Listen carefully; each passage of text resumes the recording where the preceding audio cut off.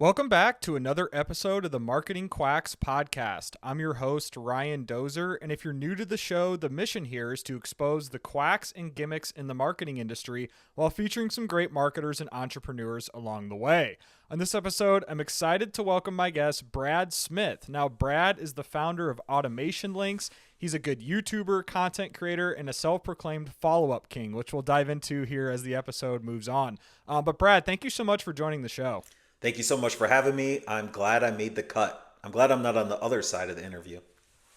Yeah, absolutely. So let's just do a quick intro on who you are and what you do for those listening. Yeah, I'm Brad Smith, owner of Automation Links. I live in Wilmington, North Carolina. Got a great family. Family's first for me. And my journey's been a little crazy. Started off as a fitness coach, and now I've helped over 2,500 people with their marketing and their automation. You're going to hear me probably talk about follow-up too much today because most people come to me for other things, Facebook ads or websites. But in all reality, you just need to follow up, and you probably have enough leads like that. So I'm sure we'll dive into the rest from there. All about nurturing the leads, bro. Yep. So let's talk about your journey then. I guess what inspired you to start Automation Links? I guess we'll start there, especially after your big career shift that you just talked about. Yeah, it's a good one. Started a health and fitness company in St. Pete, Florida, where I'm from. I love St. Pete. St. Pete's awesome. I went from, I lived in Michigan, got sick of the cold, went to St. Pete, Florida, got sick of the heat, and now I'm in North Carolina. So right in the middle. I started a health and fitness company. My wife helped me get that going off the ground. Started getting super successful. Had a mentor that said, hey, let's trade. You get me in shape. And in exchange, I'll build you a website. I'm like, yeah, sure, whatever. About 3 months later, I started getting text messages on my phone almost every day from new leads. And I'm like, what the heck's happening? So he got me ranked #1 on Google, my website. I was one of the first ones to get the SMS automation, which is why I'm in automation now. So I was getting people texting me for business multiple times a day, all from my website. This was 15 years ago. So really exciting. I started having doctors ask me how I did it. Chiropractors ask me, gyms ask me, other people ask me, how'd you grow the business so fast? How are you #1 on Google? How do you get so many leads? My wife and I were in a really bad car accident, sitting at a red light. Somebody going 50 miles per hour crushed us from behind. Thank God our daughters weren't in the back seat because the trunk went in through the back seat. Wow. My wife had a head injury and seizures after. I have 11 herniated discs from it. So health and fitness life had to be put on pause, unfortunately. But that's when I said, well, I got to pivot. So I want to encourage everyone listening or watching, be ready to pivot at any time because you never know what life's going to throw at you.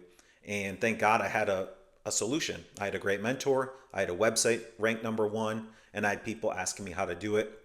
And it was nice coming from the fitness industry. It was all about relationships. I had to meet someone face to face. I had to shake their hand, and then they became a client. That was one thing that I learned, and now I try to duplicate that online. I always say, how can I shake your hand through the computer? Videos, personal style stuff, and that's what we'll dive into today. But transition from that, and it's been about almost 10 years now running Automation Links, helping people online. That's awesome. What you just shared kind of reminds me of Alex Hormozy a little bit and how he was in the fitness space and he kind of dove into sales and marketing, similar to what you just explained. So let's talk about Automation Links a little more here. I guess what separates you and your company from everyone else out there offering the same services that you do? The personal approach. Every time I work with a customer, I try to get in the mindset of their customers. So it's not the next big thing, Facebook ads or TikTok ads. It's not, oh, you have to send out cold emails to everybody. You got to be personal and you have to build a relationship in person, online, anything you do. So what we do is we really get in that mindset of how can this business build a relationship, better relationship with their audience. And it's usually not the next big and best thing or the next thing the guru tells you. It always goes back to the old school, how can you build better relationships with your leads? Yeah. Absolutely. So let's dive into automation a little bit. I know you're a big automation guy just from doing some research on you before the show here. Yep. So how do you see marketing automation kind of evolving here? Obviously, AI and ChatGPT and Claude are playing big roles in all the marketing automation going on. But talk about how you use automation just in a simplistic term. I think it's going to help people like me and my clients actually, because you're going to see more and more of AI content that's not as personable and that sounds just like everyone else. Now, I'm going to use AI to make things personal and duplicate that at mass scale, right? But going back to the start, you have to have some sort of personal touch to start that content. And we'll dive into that in the next few questions. But you start off with something personal and then let AI help you duplicate that through email automations, through retargeting ads. Some of the things with AI now, we're able to set up retargeting ads to where if you look at one product, that product follows you around the internet. Back in the day, you had to be a company like Nike to set this stuff up. Now you could set up retargeting ads with your eyes closed today for your own business. So it's always going to start on you need to create one piece of personal content from yourself that's relationship driven, and then help use AI and the latest technology to help you duplicate that everywhere. It's pretty easy these days to go into Google Tag Manager and set up pixels and just have them firing across different mediums. So on that personalization topic, I guess, what are some tips that businesses or content creators can use to drive more authenticity to their target audience, right? Versus just throwing ads out and there's no trust factor. What do you recommend just to build that trust factor and build that personalization from the get-go? We'll talk about my YouTube channel, I'm sure, at some point today, but videos are my favorite. And it was to that first point I said, how can I build a relationship and shake your hand through the computer? Now, as more and more people start making AI videos, as more and more people send AI style emails, AI avatars as their profile pictures, it's going to help the real people stick out. I don't think that's ever going to change of me wanting to work with a real person. So I like videos because they can see my face. They can find out if they like me or not with my personality. And they can see if they can trust me or not. It builds trust quicker. It almost builds that relationship, the next best thing to meeting face to face. So I really like videos, whether that's on your YouTube channel, whether that's on your landing pages or sales pages.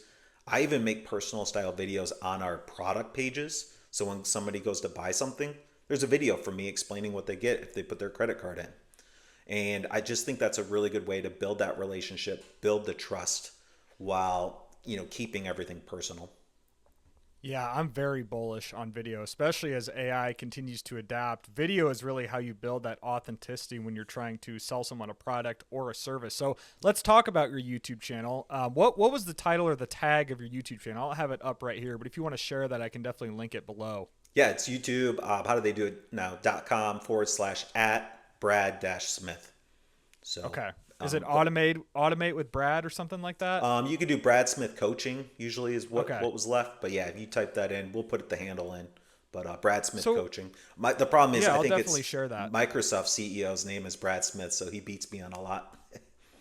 Pretty generic name there. So how did you overcome that fear of starting the channel, right? I have my own AI YouTube channel, and that was the big thing for me is just getting in front of the camera, just talking, not caring about what people think on the back end. How did you overcome that initially and just to where you're at right now, just pumping out content left and right? Man, this was my channel started 7 years ago. So I knew I wanted to make videos, and I was making them for my fitness company. Super nervous, not sure how I should say it. I tried scripting it. That didn't work. I tried spitting it off the tongue. That didn't work. Tried so many different things. For 6 months, I woke up every day saying, I'm going to make a video today, and I never made one. So 6 months goes by. Every day I planned on making a video, and I talked myself out of it. My hair was messed up. I didn't have the right topic. So finally, I saw this video by Dan Martell.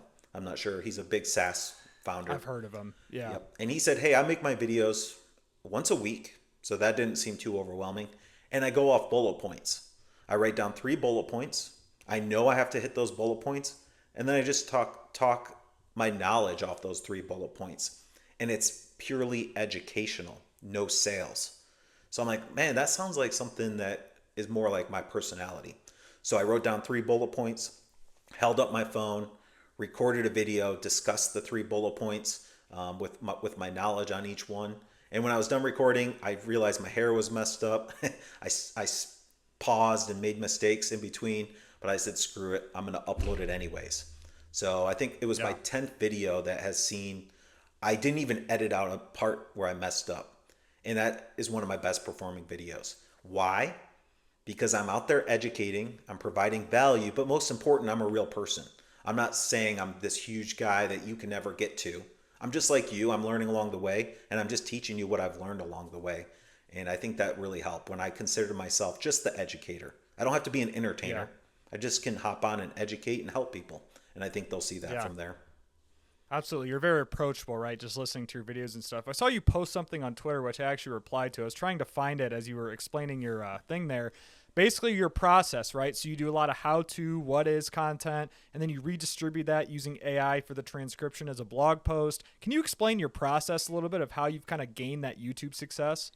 Yeah, that goes into my AI strategy where I talked about you need to make one personal style piece of content to fuel the AI, right? If I just used AI to make my blog posts, it would suck. If I used AI to make my social media posts, it would suck. So what I do is this is actually last July, I learned about Google's new generative AI. They said, we're going to start putting AI answers at the top of our search results in the next year or two. Scared a lot of SEOs. It got me excited. I put on this big webinar with all my clients, and I said, if you guys are nervous being on camera, you better start a YouTube channel now. I think only a few did.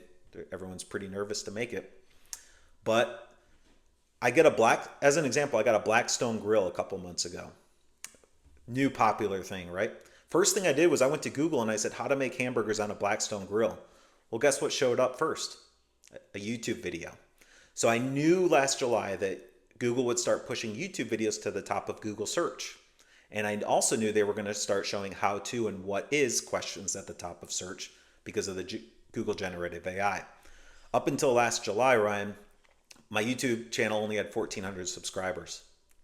So I started making my YouTube videos for Google purposes and not YouTube purposes. YouTube's about entertainment and the competition's outrageous. I can't keep up with HubSpot's, budget. But what I could do is make YouTube videos that are now outbeating Neil Patel and HubSpot on Google search. My YouTube videos show up higher than their blog post for the same search results because I made the same title for that. So all in all, in July, that's when I decided. From August till now, I went from 1,400 subscribers to over 100,000 subscribers. Not because my videos are so awesome, but I have 10 videos ranking #1 on Google right now. So that's awesome, man. Yep. And I'll dive into the process next if you want. Yeah, let's hear that. I mean, I've definitely been bullish on YouTube, and I've definitely seen those results for myself to some extent in the SERPs. I am super, super bullish on YouTube for, one, the reason you just explained there, but also, two, the ability to repurpose that content into AI-generated short clips you can then push on whatever, shorts, TikTok, Instagram Reels, LinkedIn, and then also transcribing those into written format and blog posts, transcribing that again to maybe a newsletter or text outputs for social media posts. Talk about how you're repurposing content a little bit. Yep, that's awesome. So we take my video, and I've got a small team that does this. Actually, just one person that helps me with this. And we take the transcription from my video. So I know in my video, those were my exact words. That was based on my knowledge. No one else has said it the way I said it. And I'm not perfect English, so I have some slang in there, right? We have to change a lot of wannas to want tos in my transcriptions. We take that transcription and we tell ChatGPT, hey, these are my words. Do not change my words. Do not change the format of my words. Just structure it and turn it into a blog post. So with some prompts that we created, it writes a perfect blog post using only the words I said in my video.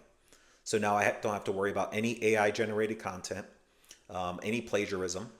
And this actually helps with that Google ranking.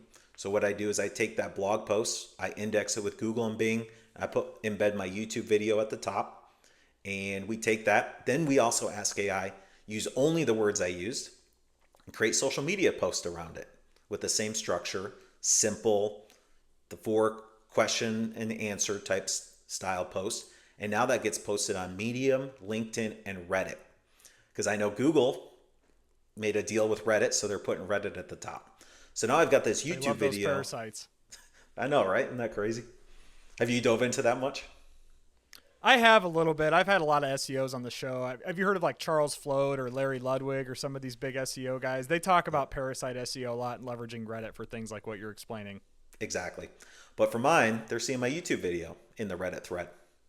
So Yeah. that I think that's really key. So now my YouTube video is in my blog posts, it's in Medium, it's in LinkedIn, it's in Reddit, it's on Twitter. That YouTube video is everywhere. Then we take that and we ask ChatGPT to create us 21 pieces of social media content around that, using only the words I said in my video, keeping it educational and simple to the point.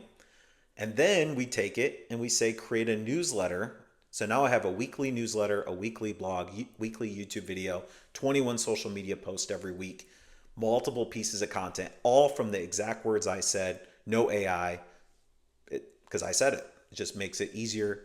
And I think it takes an hour a week. Which is perfect, right? Because most people will just plug this into a ChatGPT or a Claude and they won't have the custom instructions or knowledge behind those of your actual transcriptions and your actual words. That's genius. And that's something I'm actually trying to implement myself, mostly with Claude projects. Yep. I have a custom GPT too. I'll compare, ChatGPT and Claude project outputs side by side. I'm just curious, are you leveraging Claude projects or custom GPTs for this, or what's your process? Just custom GPTs, but you might have to fill me in on the Claude. Yeah, I just made a video about it. I think you actually liked it this morning. I saw. So you have to watch the Claude projects, man. Dive into that. I just like the outputs of Claude better than I get from OpenAI's, GPT models. Deal. I'm gonna try it out, and I'll give you feedback on how it does with that blog transcription. Sounds good, man. Yeah. So next I want to talk about monetization, right? So all this content is great. All this YouTube, you grew your YouTube channel to over 100K subscribers, which is phenomenal. You do all this content through newsletters, social media.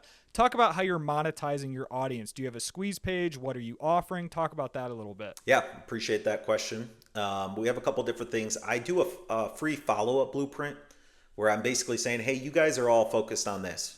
I know you're on Facebook, you're on Twitter, you're on LinkedIn, you're doing all that stuff you think you're supposed to be. But I think you only have this first part done. Do you follow up with your leads over 21 times?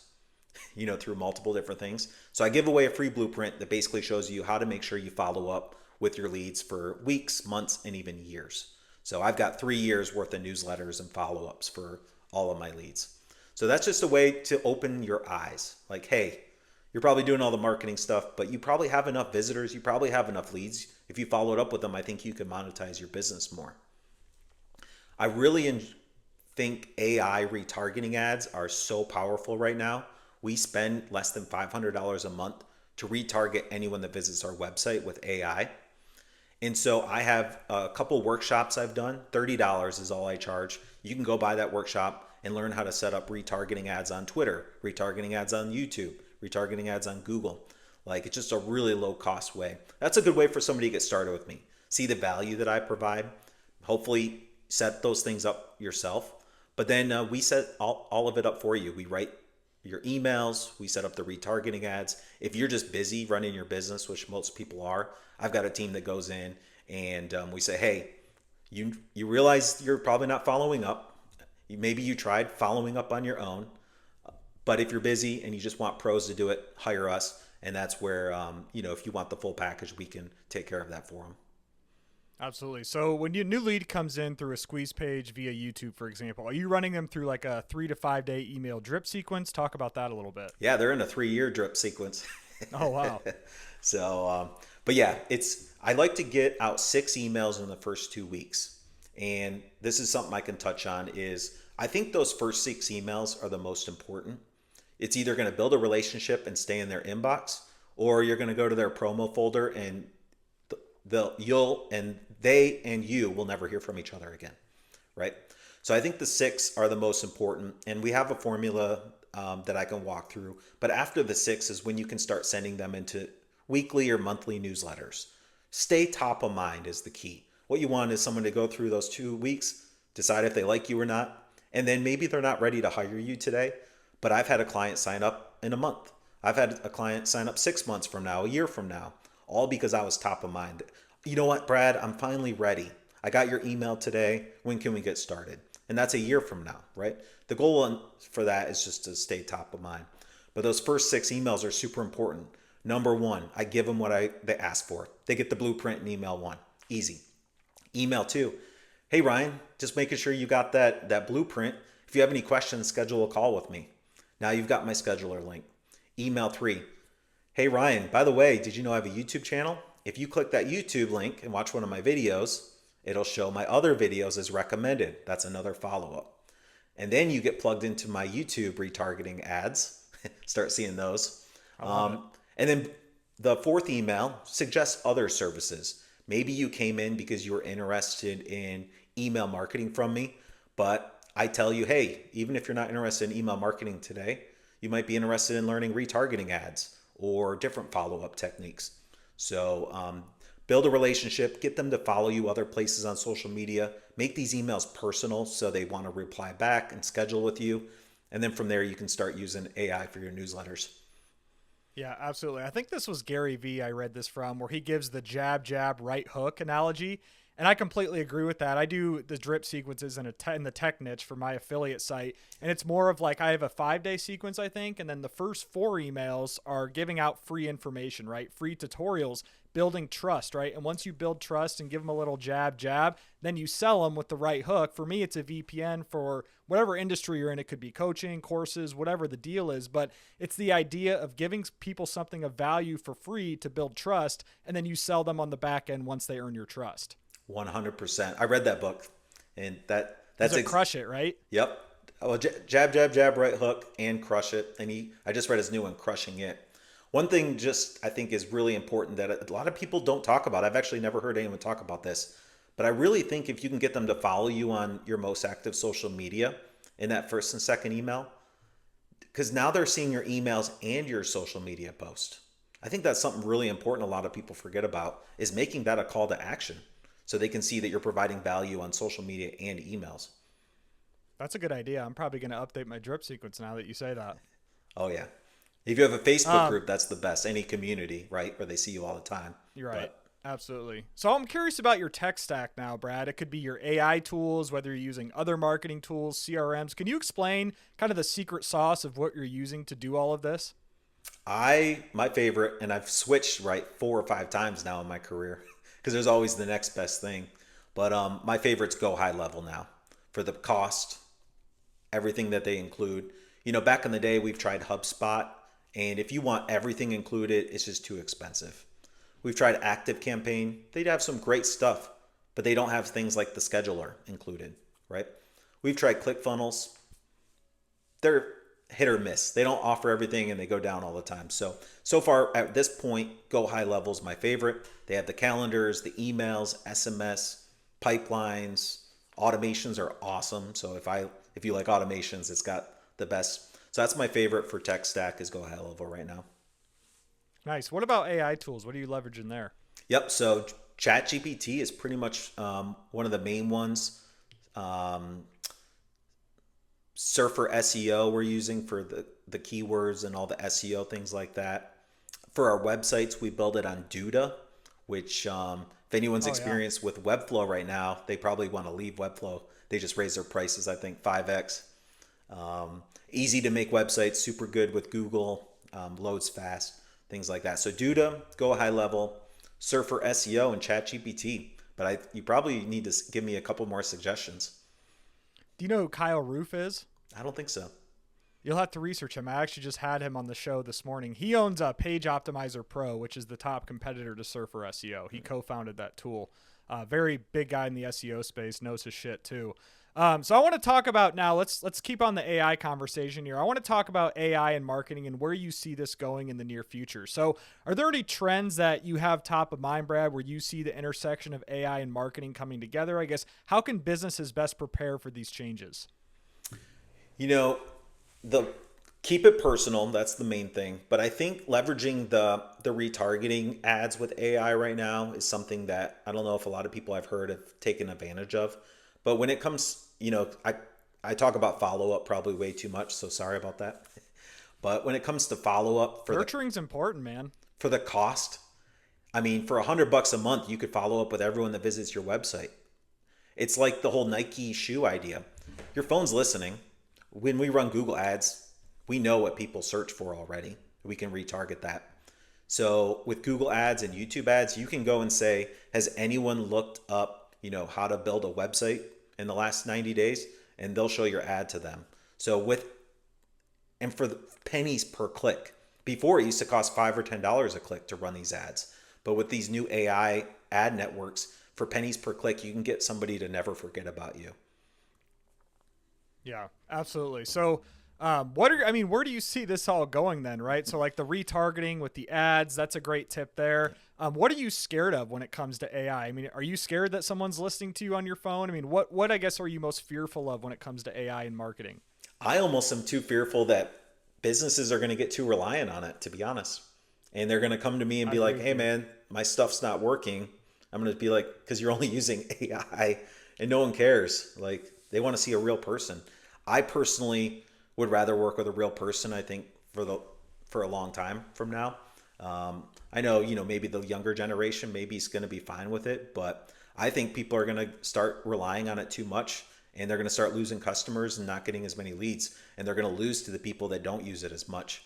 So as much as I love AI, I think you use that to help you save time, help you save money, help you duplicate tasks, help you do so many different things. But if you don't stay personal, I think it could really ruin a brand. I agree with you. Adding that personal touch is everything. So I want to talk about what's next for you, Brad. You mentioned your explosive YouTube growth lately and all the other channels that you're on here. What's next for you in your business ventures? I guess what are you focusing on as your next big objective? Right now, we're seeing amazing results with Twitter ads, X ads. So I've created a workshop for it. I'm setting it up for a lot of businesses right now. I personally am sick of meta ads. So any other way I can do. So we've really dove into that the last 3 months. I want to teach people how to do it on their own. I want to do it for them. And I want to just really help people with that. The main thing for us is, we have over 100 clients that we work with every month. We do the work for them. We manage their accounts, make sure they see good results. But I'd love to help people that are looking to learn to do this on their own. Maybe solopreneurs or entrepreneurs that maybe don't want to spend $3,000 a month on all this stuff, but they want to learn these tricks to get as shortcuts to get them to that next level. So I'm doing a lot more coaching and workshops and just teaching people how to do it on their own so they can save money, but also learn and get there quicker. Yeah, I love it. So let's talk about Marketing Quacks now. This is the Marketing Quacks podcast after all, Brad. So I'm just curious to hear from you. What are some marketing tricks and gimmicks that you see people do on the internet that just kind of gets under your skin? Oh man, it's the pictures with cars and Lamborghinis and the big houses and all that. I've also seen people fake their Stripe snapshots when people post snapshots of Stripe. I mean, that cringes me out. It's like I'd rather post testimonials and results my clients have seen than post how much money I've made. The worst is when, let's say you're on Twitter and I start talking about, I just got a new client for $3,000 and I post my Stripe snapshot and it came from Twitter. Is that client not on Twitter seeing that post? Right? Like if I just paid someone $3,000, I don't want to see their Stripe snapshot the next hour. Like it just seems desperate to me. So little things like that. I think I really have gotten into storytelling this year. How can I share stories about somebody that I've helped, what they were struggling with, how they felt, why they were nervous to start marketing, why they didn't have the ads going, why they didn't have any emails, and what we did to help them solve that and how successful they are. So I really like sharing stories about successful clients and not posting about a Stripe snapshot of myself. I agree with you. I don't know half these people go to bed at night, to be honest with you. So in terms of YouTube, are there any on there that get you? Like, is it the clickbait thumbnails? Is it like the face like this? Is it the clickbait titles? Anything on YouTube that gets under your skin? There's two. Number one is when they say that they talk about somebody and have that person in the thumbnail. You start watching the video and that person's not even in there. Oh, like exposed or something? Yeah. Not even that. Like I sat down with Alex Hermosi and he shared his 5 top 10 tips. And he's got a picture of Alex Hermosi and you click on the video.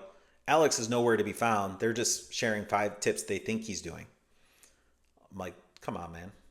Number two is when they try to make it seem like and I think this is getting really popular with travel stuff as we look for destinations to go. You know right away when it's an AI generated travel video versus somebody that's actually there experiencing it. So with the voice, the audio. So unfortunately, that went from 10% to about 80% now. Yeah, fake it till you make it, man. That's what a lot of these creators are doing out there, unfortunately. So, Yep. Brad, this has been really fun. This has been an insightful episode. Are there any final notes that you have for anyone listening on automation, following up, or just any general marketing advice that we talked about here?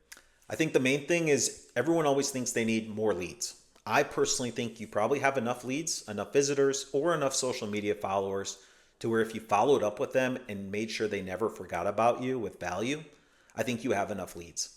So I think by always following up education, being the expert, the authority, being the educator online, I think when people are ready, they'll know where to buy from you. So not everyone's ready to buy today, next week, or next month. Build up that pipeline, keep providing value, and eventually when they're ready, they'll call you. Nurturing leads is so important. And as someone who does high ticket lead generation for clients, they'll always say on the back end, I need more leads. But it's like, what about the quality of leads? I'd rather give you 10 quality leads in a high ticket niche than 50 leads that don't turn out to anything. And you just wasted all that time on the phone with these people, right? It's just a different thought process and frame of mind. So Brad, where can people find you online to learn more? My favorite right now is Twitter/X and YouTube. So Brad Smith Coach, Brad Smith Coaching. You guys can find me there. Maybe you'll post the links down below for me. But those are the best place. I want you to just learn some stuff from me. And if you finally get to the point where like, all right, I'm ready to, have somebody actually do it for me or teach me the shortcuts, you know where to find me. So just follow me and learn some stuff from me. Hopefully I brought you some value. Absolutely, man. I'll leave all the links below, and I'll give you some backlink juice for all your other sites that you have going on here. So, Brad, thank you so much again for joining this episode of the Marketing Quacks podcast. And thanks again to everyone for listening. Be sure to tune in again next time. Thank you.